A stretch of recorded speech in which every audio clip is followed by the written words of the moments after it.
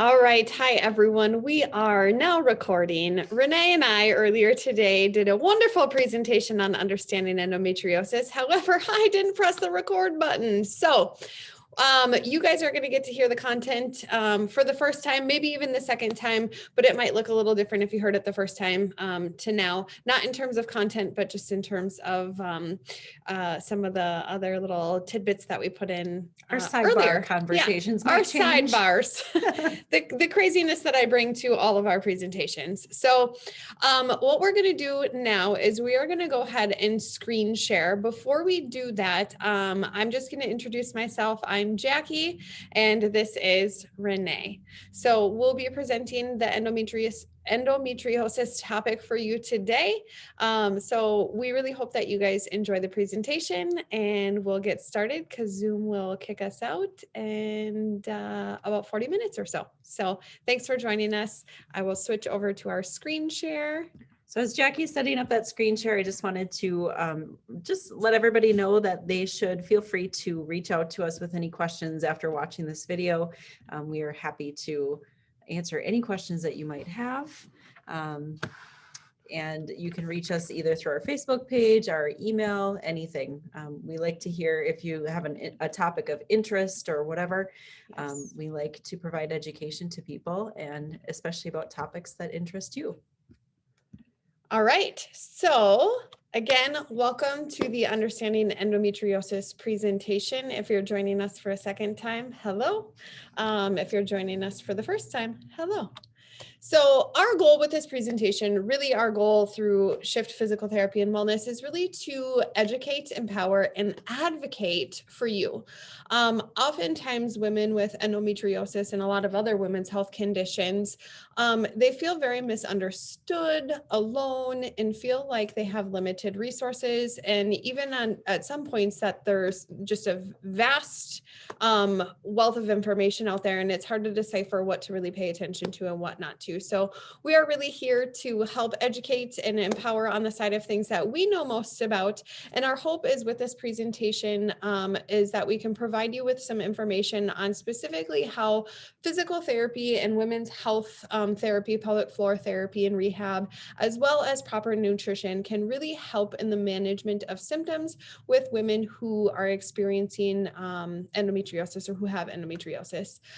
We're here to tell you that there is hope, there are options out there, and we are very much here to help you gain confidence and take control of your health.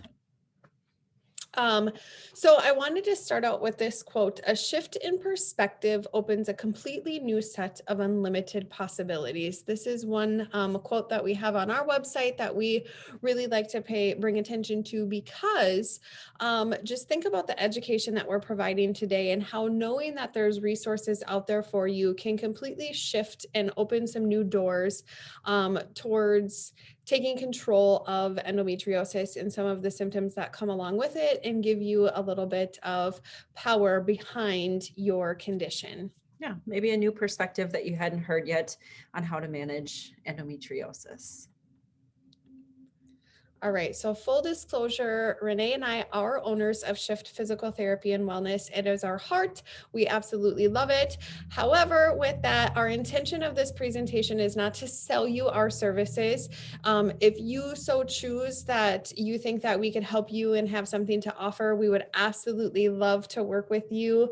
It truly is a passion of ours. However, this presentation isn't meant to sell you on anything by any means, rather just to provide you with some education on endometriosis and the benefits. All right, so a little bit about myself. I am Renee Hancock. I am the doctor of physical therapy here at Shift Physical Therapy. In my personal life, I am married with 2 kiddos, a little chocolate lab puppy, well, not so little anymore, and a Bengal cat at home that keep me quite busy. Professionally, I graduated from the University of Minnesota in 2007, and I worked in kind of a nursing home setting for about 2 years in physical therapy there, before going into an outpatient setting for about 10 years. And that's where I met Jackie. And since that time, I've actually gone on to specialize in pelvic floor rehabilitation for women's health conditions. And we are sharing our passion for pelvic floor physical therapy through this presentation with you today. And I'm Jackie. I'm a physical therapist assistant and fitness nutrition specialist or nutrition coach, I just say, simple. Like I said, I'm a physical therapist assistant. I am a mom with 3 little cute nuggets, James, Emma, and Molly. They are 9, 7, and 5. They keep me very busy as well. They are the family of the shift journey, right? I have 2 dogs as well, Miko and Rush. They keep me very busy as well. And our family absolutely loves to go fishing. That's kind of our big thing that we love to do. And with it getting nicer and warmer out in Minnesota, we're going to do that. So we're going to go ahead and hop into this presentation. But before we do that, we want to share a little bit more about Shift. So our mission at Shift Physical Therapy is really to create an outstanding experience for our patients, where patients and employees, where every person who walks through our doors really has growth opportunities and feels valued and heard. Our vision here at Shift, which we kind of talked about a little bit earlier, is really to educate and empower individuals. We want them to reach their full potential physically and emotionally. So we strive to provide you with a positive experience to help you on your health and wellness journey.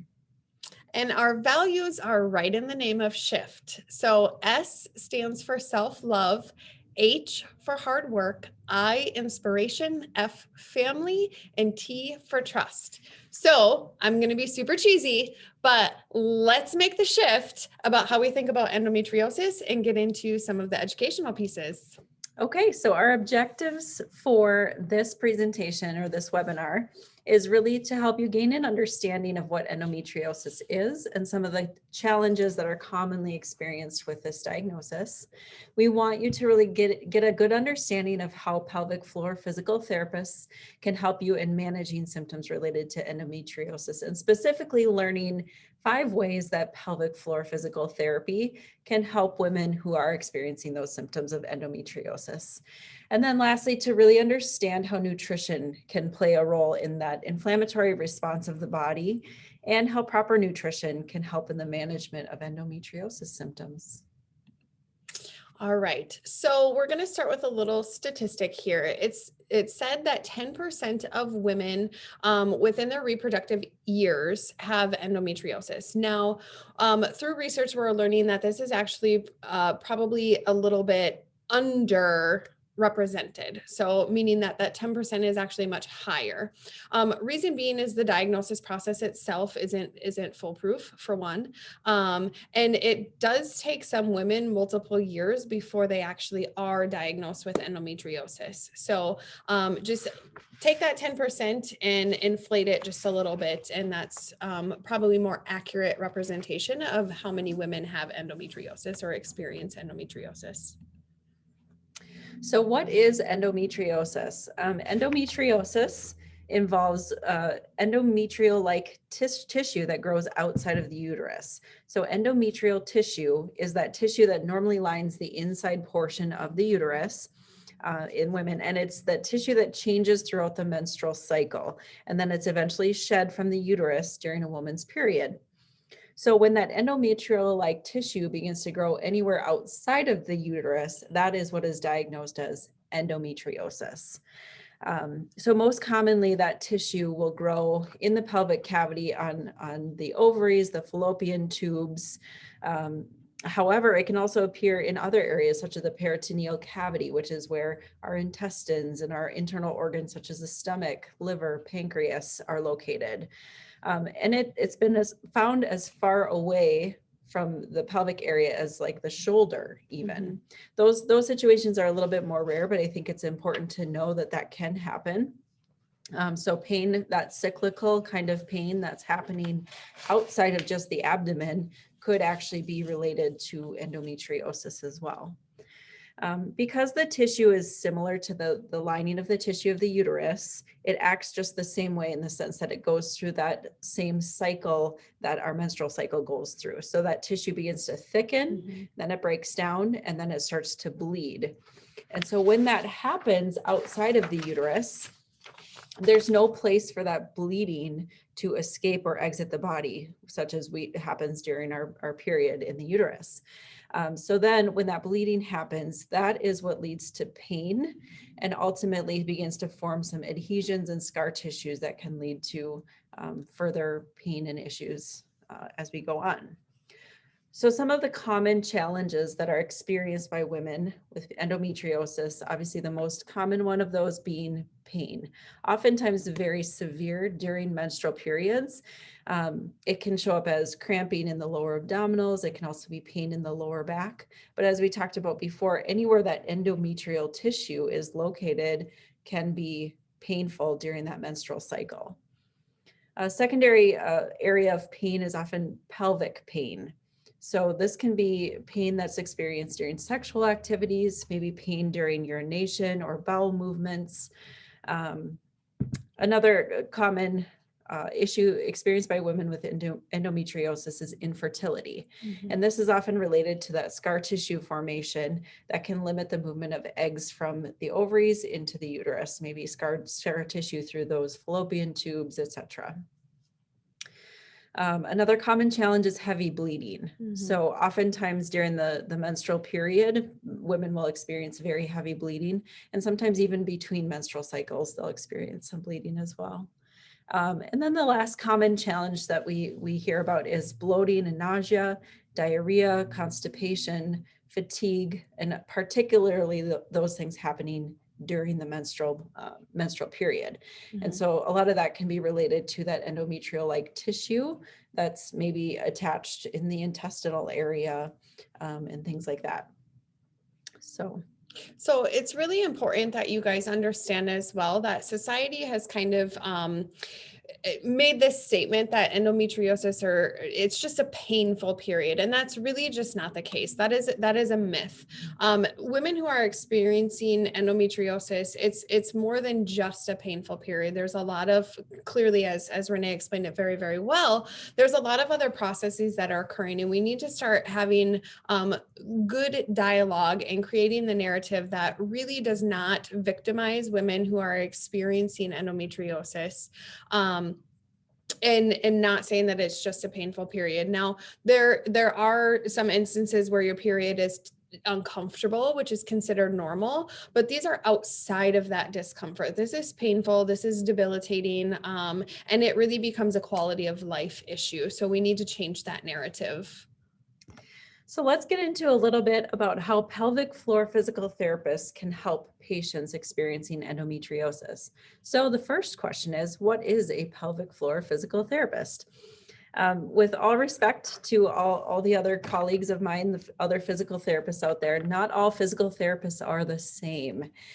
So pelvic floor physical therapists have gone on to take additional continuing education and additional training to become specialized in the area of pelvic floor physical therapy. And by doing so, they've really gained the ability to provide a comprehensive assessment of the pelvic floor. We're specialty trained to provide an internal examination of the pelvic floor muscles if necessary and when appropriate.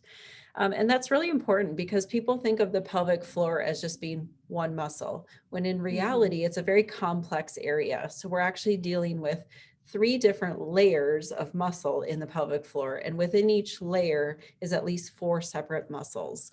So we're talking about 12 plus muscles in just a very small area, and knowing the anatomy of those muscles and understanding how those muscles work and function is very important to being able to treat that area effectively and well. So just make sure that if you are experiencing things related to like incontinence or pelvic pain, really seeking more women's health conditions, that you are doing your research on which type of therapist. Although a physical therapy location might take your insurance, that doesn't mean that the physical therapist is specifically trained in pelvic floor rehabilitation. So just make sure that you're doing due diligence and doing research and making sure that you know the difference in what you're really trying to see, because that can affect your outcomes essentially. So let's get into what the pelvic floor physical therapist can do for patients with endometriosis. So specifically 5 ways that pelvic floor physical therapy can help. The first one being electrical stimulation, or TENS. So electrical stimulation is basically where we're using a modality or a tool that helps with pain management. So this is something that your physical therapist could assess in the clinic, how to appropriately set this up if you're experiencing maybe lower back pain or lower abdominal pain. The physical therapist can help show you how to best set up this tool and try it in the clinic first to see if it's actually effective for pain management for you. If it is effective, the great thing about this modality is that it is something that we can order a home unit, and you would be able to set this up at home if it is a successful pain management tool for you.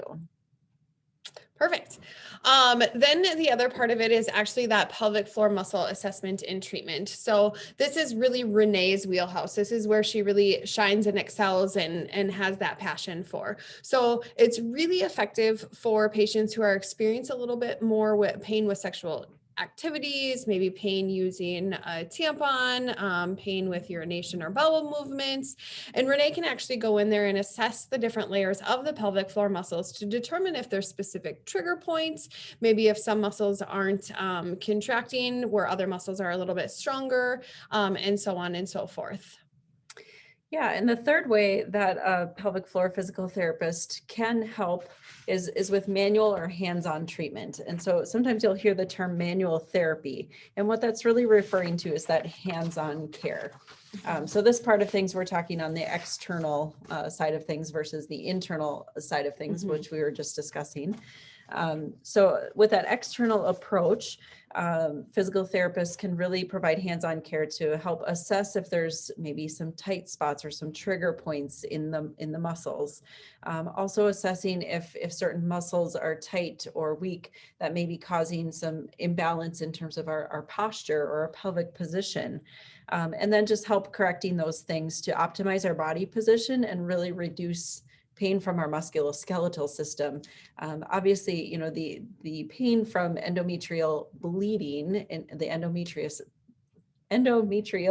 bleeding is not what we're trying to stop here. It's the secondary pain that can occur as a result of maybe some different postures or positioning that we get into. You know, when women are experiencing that cyclical pain, maybe in the lower abdominal, they tend to kind of curl up and get tightness in the abdominal muscles or tightness in the hip flexors.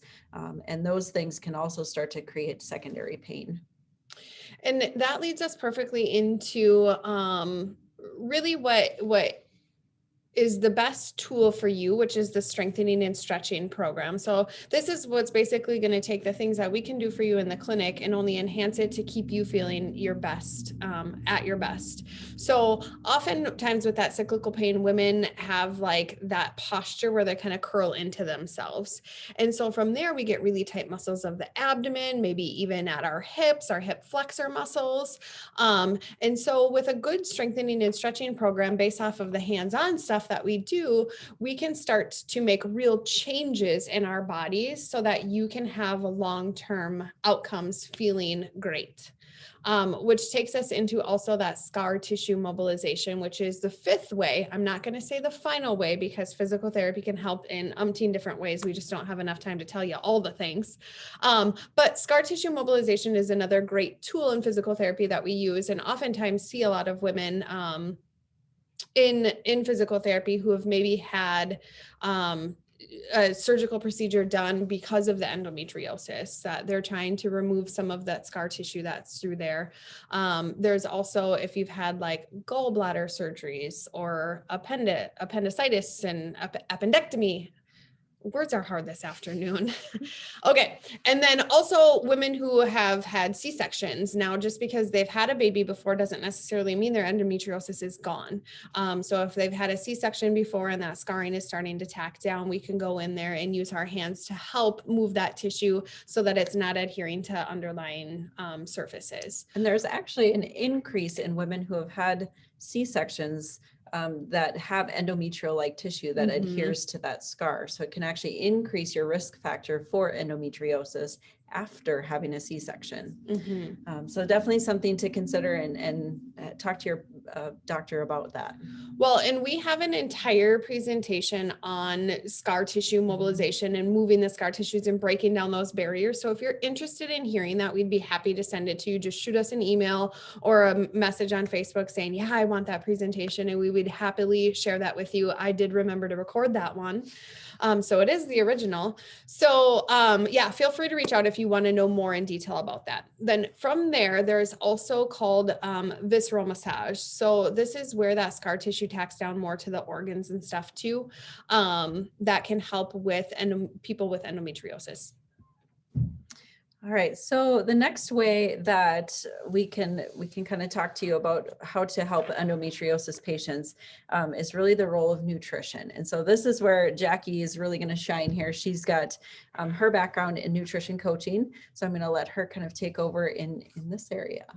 All right. So before we dive into maybe some foods to avoid, foods to limit, and foods to focus on, I first of all want to say that everything that I tell you today is not to take place of a dietitian. I am not a dietitian. If you have endometriosis and really would like a nutrition plan specific to your condition, please make sure that you reach out to a dietitian to get a specific plan. This is a lot more general information. As a nutrition coach, what I help is to take the general information and put it into action plans and action steps that you can follow to live your healthiest, best life in terms of nutrition. Now, when we talk about nutrition, we are really talking about fueling our body, and that looks different for each individual. One person's triggers with endometriosis may look different from the next person with endometriosis. And the information that I provide you today does not take into account any food sensitivities. So if you have like dairy sensitivities or gluten, so on and so forth, this does not get specific into those sensitivities either. So when endometrial tissue is found outside of the uterus, it goes through that thickening to breaking down and then to the bleeding stages. And that bleeding actually creates inflammation. Okay. So that's going to be really the key part here, is that inflammatory process within that. Having that inflammatory response makes symptoms much worse. With that said, what we don't realize is that what we eat can directly increase or decrease the inflammatory response in our body. Now, I'm going to say this again because I'm going to slow it down a little bit. What we eat can directly increase or decrease the inflammatory response in our body. So take a second to reflect. And what does that tell us? We are in control. We can take some control here with endometriosis based off of the foods that we put in our body and how it directly affects our system. This is incredible news. This is great news. That means that there's something that we can do here. So I hope that gets you all jazzed up for the next part. We're going to start with foods that we should avoid. Now, with this, the information that I'm providing you is really research based off of foods with endometriosis. So don't think that you can take all this and apply it to another condition. This is research specific, evidence-based research specific to endometriosis and the inflammatory response. Okay. So foods to avoid here, we're going to start with trans fats. Now, trans fats are found in processed foods, and you can identify them based on the back of the nutrition label, on the back of the box on the nutrition label. You've got your fats, then it says saturated fats, unsaturated fats, trans fats. And it might say 0 grams in there, but what you have to pay close attention to is that in the ingredients list, it doesn't say hydrogenated oils. I said it this time last presentation. I couldn't say it. Okay, hydrogenated oils.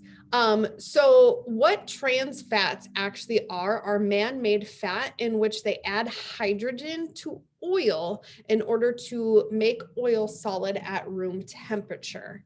And that just helps to increase the shelf life of our foods. However, because it's not naturally occurring, our body doesn't know how to process it. And so that plays a role in the inflammatory process.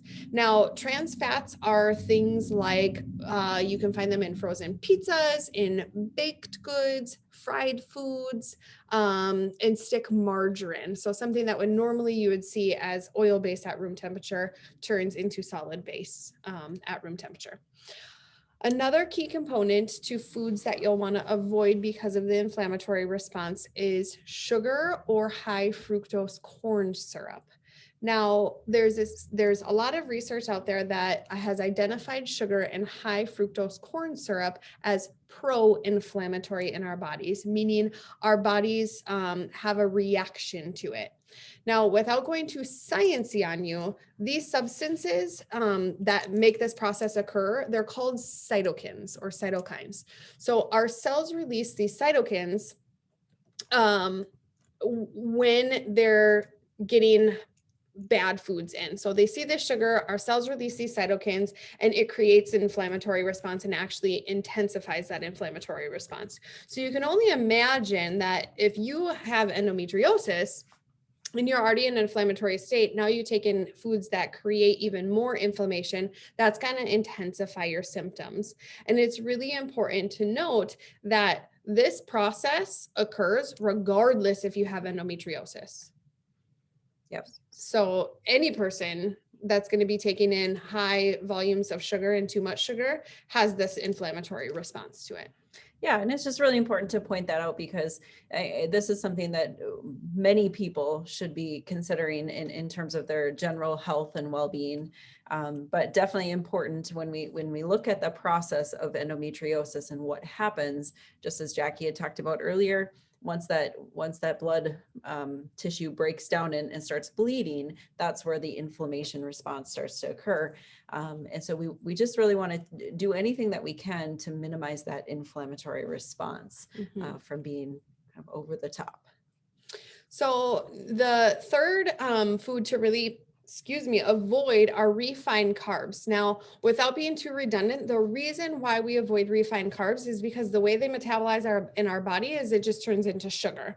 So it's essentially just going back to what I just said about the sugar and high fructose corn syrup. Now, refined carbs are things like your white breads, white flours, white rices. Those are what's going to be turned into sugars basically in our blood, in our body. Okay, so now that we're going from foods to avoid, let's talk about some foods to limit. We're going to look at processed red meats first. Now, the key word here is processed. These are things like bacon, hot dogs, beef jerkies, pepperonis, salamis, anything that is high in what's called saturated fats. And the reason why is because saturated fats work similar to processing sugars, and they're not naturally occurring in food. So our body doesn't know how to break them down. So again, it triggers our cells to release those cytokines, which creates that inflammatory response. Now, caffeine and alcohol are also on the foods to limit. Again, when we talk about limitations, these are things to have in moderation. Not that you can't ever have them, but you're just going to want to be mindful about how much you are consuming. Again, alcohol is going to be working in the same way where it's going to be breaking down into sugars in the blood system. Caffeine works a little bit different, and really the research with this one is really just in long consumptions. Again, it's the afternoon. In larger quantities, in larger consumptions, caffeine just creates that inflammatory response, which we all know. Anyways, if we were drinking a lot of coffee, our nervous system goes, hi, I've had coffee. So that's where caffeine plays a role. Now, the other thing that you might not know is that omega-6 fatty acids also are on the list of foods to limit. So unlike omega-3 fatty acids, which we'll see in the foods to focus on, omega-6 fatty acids are oils like vegetable oils, sunflower oils, corn, canola oils. They're okay to have, but there is a strong link to the inflammatory process. And again, this goes back to Omega-6 fatty acids are found in a lot of fried foods. So the saturated fat content is really high. And then oils as well. So it could be just something as simple, instead of using a vegetable oil during your baking, maybe you choose to use an olive oil or a coconut oil instead to help with some of that limiting of omega-6s. So now we're going to get into the foods that we can focus on. So I think this is a really important point, because both Jackie and I feel very strongly, very passionate that instead of finding the things that is saying that I can't do this, or I don't want to do this, I don't want to have this, we want to focus on the positive and focus on what we do have control over and what the things are that we can do for ourselves. So I'm going to let her get into the foods that we should focus on. So, and I love that Renee says that is the foods that we focus on. Let's end on what we can do. And quite honestly, these look so good. These foods are the ones that it's like, yes, give me more of. So we'll start first with the foods that are high in antioxidants. So you can see here, these are going to be like your berries, your dark chocolates. The thing about the foods high in antioxidants is this is something you can easily Google and find good, consistent information on foods that are high in antioxidants. Now, with that, we can have dark chocolate. So yes, then we're going to go to omega-3 fatty acids. Now, research shows a strong connection between omega-3 fatty acids and their ability to discourage the implantation of endometrial cells in the first place. Okay, so that's actually huge in terms of research, that it could actually help discourage those endometrial cells from going outside of the uterine wall. Omega-3 fatty acids, unlike omega-6, reduce inflammation. So scientifically, they decrease that inflammatory response, which is probably why it helps minimize that spread of endometrial cells and tissues outside. Foods that are high in omega-3s include things like your fatty fishes. So your salmon, your tuna, flaxseed, chia seeds, avocado, things like that. Now, what's really kind of nice about flax seeds and chia seeds is by themselves, they're not wonderful, but they certainly are easy to throw in to certain foods. You can get great flaxseed in protein balls. You can throw it in a delicious smoothie. Chia seeds, you can make a chia seed pudding. And they mix really well with other foods without needing to eat cardboard. Yeah. And it's great because you can mix them in with some of those high antioxidant foods. So the spinach and berries and flaxseed go really well into a smoothie together. More bang for your buck, essentially, which is awesome. And then, of course, we have our fruits and vegetables, which I'm not going to spend a ton of time on. But what's important to know about our fruits and vegetables is they do help to lower estrogen levels, which plays a role in our cycles. But then also, more importantly, they're high fiber foods. Now, when we talk about bloat and not feeling good and nausea and kind of that cramping that's happening, high fiber foods help our digestive system, so we're not experiencing so much of that bloat and discomfort. And the more that we can minimize that discomfort with endometriosis, the better that we're going to feel, and more likely that we're going to want to move, which is really important. Yeah. And one of the important things to note with that part of things is when you're taking in that high fiber content, you must increase your water intake. So in order to get that fiber out effectively, you're going to want to increase the water, make sure you're taking in lots of water along with that to help flush those things out. Otherwise, you're just going to feel really full. All right. So hopefully that gives you a good general idea of some foods to get into. With that, we are going to go ahead and answer some of the questions that we had that were pre-submitted to us from some of the individuals that were watching. And then we'll also address some of the other questions that we had earlier today that I forgot to press record on. Okay. Yeah. So first question was, what are the best strategies for maintaining range of motion with adhesions from endometriosis? Stretching, massage, e-stim. So my best response to this is, that maintaining range of motion, especially particularly in the abdominal wall. Yeah, absolutely. Stretching is a great way to do that. There's actually a number of yoga poses that are recommended for women with endometriosis or with pelvic pain and abdominal tightness to help stretch those things out. Massage, there can be some abdominal massage that is helpful as well in that area.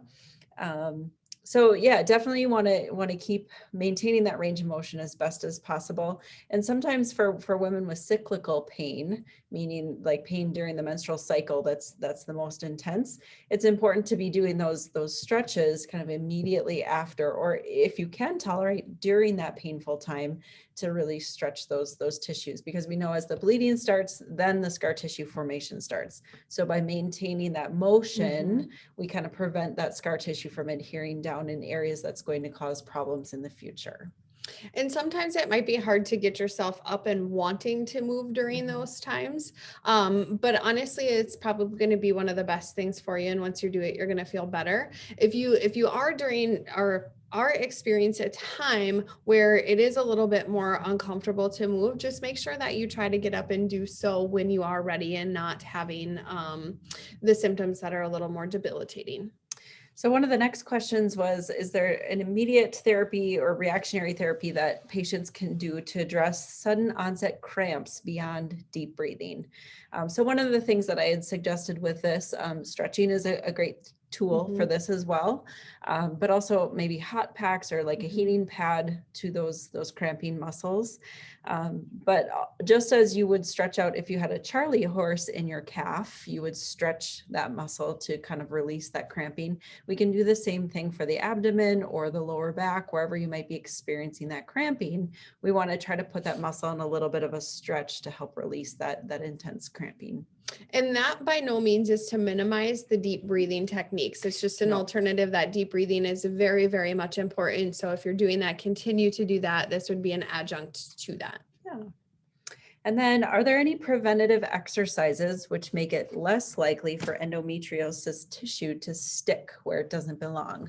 So I'm going to defer this back over to Jackie. She kind of talked about this with the nutritional aspect of things a bit. Right. So just like we talked about nutritional, the biggest thing that I think people need to understand here is that on a nutritional side of things, we have to stay consistent with a plan. So we want to make sure that we are eating our high fiber foods, making sure that we're taking in those antioxidants on a continuous basis. Now, we can't necessarily change how the endometrial tissue is going to stick necessarily, but we do want to take in foods that are going to minimize the risk of having that happen, and making sure that we're staying consistent with it over a long period of time, because our body has to respond to it. And just like it's responding to the changes that are occurring with each cycle, staying consistent and on top of that nutrition, our body is going to be much more prepared with that. There's also a hormonal component to that. Okay. So anytime that we have changes that occur within our body, nutrition actually plays a role in our hormone components as well. And if all of a sudden we make these changes, we have to allow our body time to adjust to those changes and stay consistent with that adjustment. Similar to what you see when we take in high amounts of sugar, it changes our estrogen levels. Okay. If it's going to change our estrogen levels, it's going to change the time of our cycle, even if we're on hormone therapies that help us, birth control. That help regulate our cycle. Making sure that we're consistent with our nutrition isn't necessarily going to change, it's going to help change what's happening in the inflammatory response, and therefore help in terms of the endometrial tissue. Yeah. And as we had talked about in the nutrition part too, those omega-3s, really focusing on what research indicates may be helpful in avoiding that tissue from sticking outside of the uterus. So one of the questions that was submitted during our live recording, or lack thereof, earlier was whether or not eating foods at certain times during the menstrual cycle would be helpful. And really, like Jackie was just mentioning, consistency overall in how we focus on our nutrition is the most important thing, not necessarily at what time during the cycle that we consume these, but incorporating those omega-3s on a regular basis during our nutritional plan. So Mhm. maybe that's X number of times per week that we focus on getting in some really good omega-3s, and then making for sure that each day we're consuming a certain amount of high antioxidant foods. So no, not really important that we eat them at certain times during the cycle. More important that we stay consistent. Overall. Mhm. Yeah. And know that nutrition is very complex and you don't have to feel alone. I know we've provided you with a lot of information in general, but we're here to support you and we're here to help you along the way. So you don't have to do it alone and try to think like, oh, what am I supposed to do? What am I supposed to take? You can go ahead and reach out to either one of us and we'd be happy to help you. Even if it's just like, okay, I experienced some tightness in my lower abs or in my hips. Is there something that I could do? We'd be happy to help you even on that end of things as well. Again, not trying to sell you our services, but clearly we care. We're passionate about what we do, that we're here and you are absolutely not alone. So with that, I think that was all of our questions. If there was a question that we missed and you guys have questions, please feel free to reach out to us. We just want to say thank you for allowing us to do this presentation, not once, but twice. And this is how you can reach out to us. This is how you can find us. And please, please, please, we would absolutely love if you could connect with us on Facebook if you haven't already. Our user handle is @ShiftPTWell. You can find us on Facebook, engage with our posts, help us. If there's certain topics that you want to hear about, we'd be more than happy to share some of our information on those topics, just so that we can make sure that we're putting out the information that you really want to hear about. Yeah. Thank you for joining us. And like Jackie said, please reach out to us with topics that interest you, because we really love to provide the education, and we'd love to do that on topics that you are interested in. Okay, hope you guys learned something today, and we'd love to hear, those of you that are receiving this recording, we'd love to hear your feedback. Okay, have a great day. Bye.